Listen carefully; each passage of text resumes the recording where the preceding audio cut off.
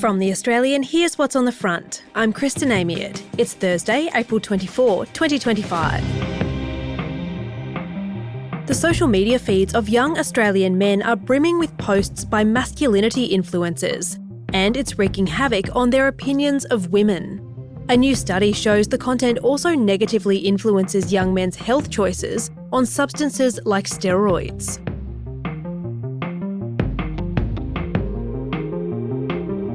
The Climate 200 political funding group has pumped another $50,000 into the campaign of Teal Zoe Daniel, a move suggesting the election race in the Victorian seat of Goldstein is tightening. You can read all the latest from the campaign trail right now at theaustralian.com.au. Peter Dutton has unveiled the Coalition's defence policy with just over a week to go in the election campaign. The opposition leader has promised to spend $20 billion on new defence capabilities, but he's been vague on the details. So, will a national security cash splash help his prospects at the polling booth? That's today's episode.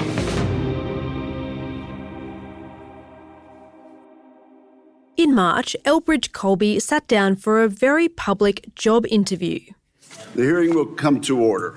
Thank you all for being here. This morning, the committee meets... Colby was Donald Trump's pick for a top job at the US Department of Defence.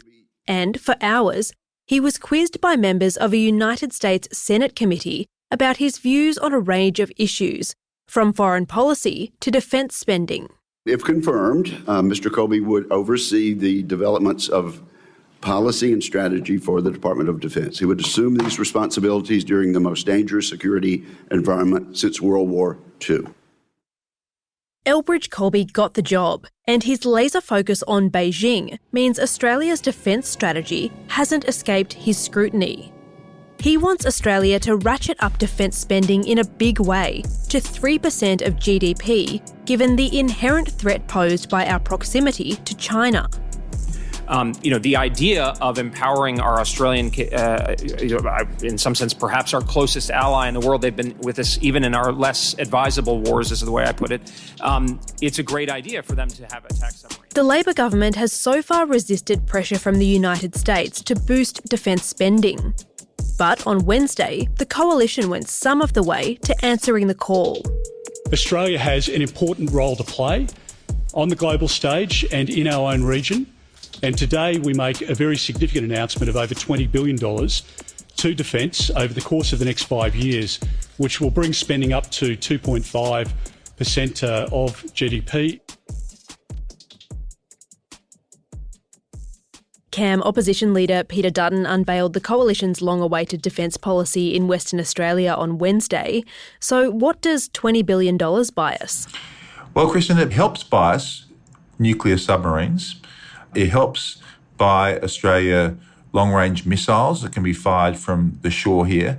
It helps pay for a lot more people to join the forces because they're not meeting their retention targets. So really, there's a whole scope of things that this money could be put towards where it's very much needed. So this is a long-term pledge by the Coalition to lift defence spending from 2% of GDP to 2.5% in 5 years. And the big one, to lift it to 3% of GDP in 10 years. Now, that is a qualitative difference. That's a lot more money. Cameron Stewart is the Australian's chief international correspondent. But you're going to need this sort of money to pay for this equipment because the AUKUS nuclear submarines, for example, are going to cost an eye-watering amount of money. And so without actually having an increase in defence spending, a substantial one, the ADF would actually go backwards in its capability rather than forward. So this is really, I think, something that is fairly essential in the longer term. Of course, Cam, this benchmark of 3% of GDP is advocated by NATO and endorsed by the United States, but neither of the major parties have plans to fund defence at that level in the near or medium term. Is it actually necessary?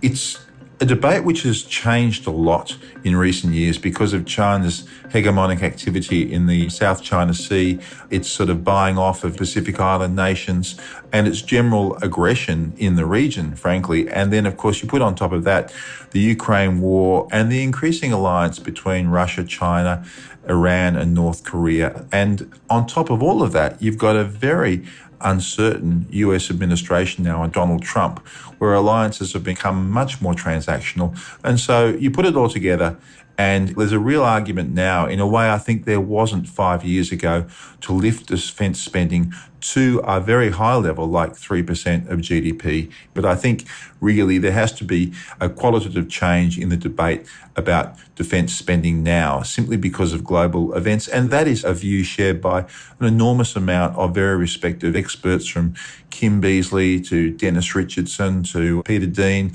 Almost every senior defence analyst thinks this is necessary. And, they're not making this stuff up. And there really are genuine threats out there. But as you say, this requires sacrifice on the part of governments to make choices that will hurt other portfolios. Yeah, Peter Dutton was quite vague on what defence capabilities this $20 billion will buy. I don't think there's a government in our history that's been elected outlining what contracts they'll sign in relation to defence. The decisions about who we purchase from is not something that we make from opposition. And he hasn't provided any clarity on where that money will come from. That's attracted criticism from the Prime Minister, who says Labor has been transparent about defence and other costs. Is this the kind of detail voters should be hearing 10 days before they go to the polls? Well, I think certainly Peter Dutton should have released his defence policy weeks, if not months ago, frankly. I mean, it's a defence policy that really marks the coalition as being more serious about national security than the Albanese government. So you think that would be a selling point, especially at a time when we've had Chinese naval ships encircling Australia. We've had questions about Russia seeking access to Indonesian bases for warplanes. We've had a lot of stuff happening in the national security space. And I would have thought that this would really help Dutton to have put the policy out far earlier. And I'm surprised that A, it's been put out so late, but B, as you mentioned, he was very vague about the costings on it, saying that non-recurrent spending could be used towards funding that increase in defence spending. But the fact is that's not going to be nearly enough by itself, because you certainly don't get to 3% of GDP for defence without cutting other portfolios at some point. Now, Peter Dutton, obviously, political reasons, does not want to go down that path. He doesn't want to be criticised for cutting other programs just ahead of an election. But what it meant in the end was it all sounded fairly vague. It almost sounded aspirational from the coalition rather than something that has been thought out carefully with dollars and cents. And that is the political weakness for Dutton of the way that he's put this program together and the way he's sold it. The campaign so far has been fought on cost of living relief. Will this talk of defence capability and percentages of GDP cut through for voters on May 3, Cam? Traditionally, defence and foreign affairs and national security don't tip the scales in an election unless a major conflict is actually being fought. And I don't think it will tip the scales in this situation, not least because the coalition has put out the policy so late as well, so it's not going to reverberate very much. But look, I think in the end, cost of living pressures will be more influential with voters. But look, there will be at the margins some benefit, I think, to the coalition, because I think there is a cohort of voters out there who are uncomfortable with global events and the way that they've turned around in recent times, and who are uncomfortable with the clear lack of preparedness of the Australian Defence Force, and the fact that also a lot of like-minded countries around the world are actually increasing their defence spending far faster than the Labor government has promised it will increase. A whole bunch of countries in Europe are really lifting their defence spending now. So Australia looks like a laggard at the moment, and given global events, I think that's a bad look. Coming up, why the aspiring Defence Minister was on the defensive on Wednesday.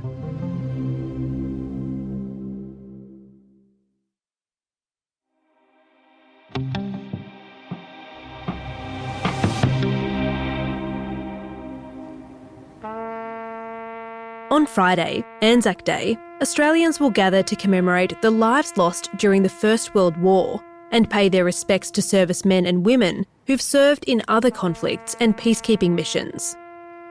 At the Defending Australia conference in Adelaide last month, Shadow Defence Minister Andrew Hastie, himself a former troop commander, invoked this spirit to explain how the ADF's recruitment crisis might be solved.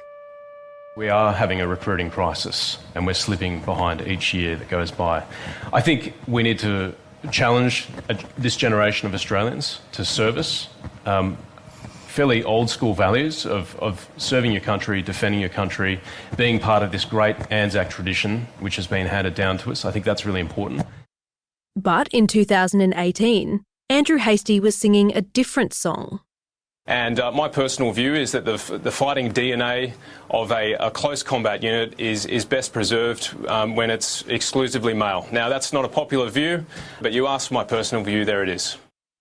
On Wednesday, at the highly anticipated launch of the Liberal Party's defence policy, those comments came back to haunt the aspiring Defence Minister. Do you think women should serve in combat roles in the ADF? Are you saying that women have lower standards? Is that what you're saying? Is that right, that women aren't strong enough to deal with that sort of combat you described? Hastie has walked those comments back somewhat to align with the Liberal Party's official position. But he won't say if his personal views have changed. Yeah, the coalition policy is that all combat roles are open to women. It's been our long-standing position. The one thing that we will insist on is high standards, because in combat there's no points for second place. So we need to be able to win every fight that we go into, and that's why we'll uphold high standards. Thank you. Cam, Andrew Hastie's been noticeably absent from the Coalition's election campaign so far, with some people speculating that's because of these resurfaced comments about women in combat roles. This question about personal views took up a decent chunk of that long press conference, and he didn't exactly stick the landing. Is that damaging for the Coalition 10 days out from the election and at a time when Newspoll data shows women voters are abandoning the opposition? Look, it doesn't help. It was a fairly awkward press conference, I thought. I'm not sure Hastie handled it in the best possible way. He's been fairly straightforward about his changed views on that. And the bottom line with this, of course, is that many women do serve in frontline combat roles already. They're fighter pilots, they fly Air Force Hercules in war zones, they press the buttons that fire torpedoes on submarines and on warships. You know, he's talking about hand-to-hand combat in units, and that's always been a big debate within Defence Force itself. But look, Hastie has said, look, this is very clear now. Women in frontline combat roles is absolutely what we support.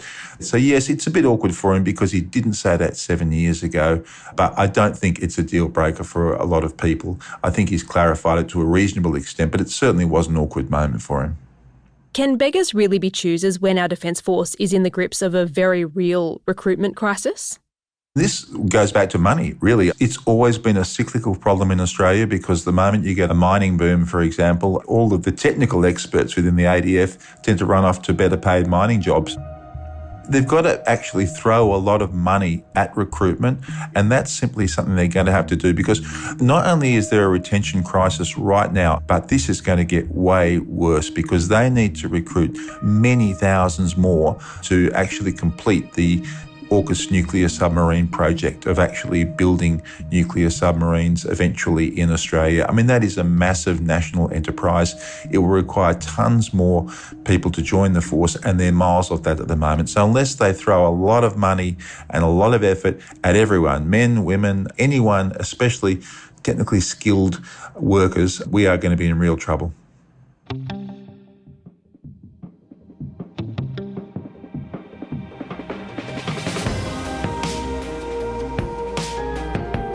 Cameron Stewart is the Australian's chief international correspondent. You can read all our experts' reporting and analysis on defence anytime at theaustralian.com.au.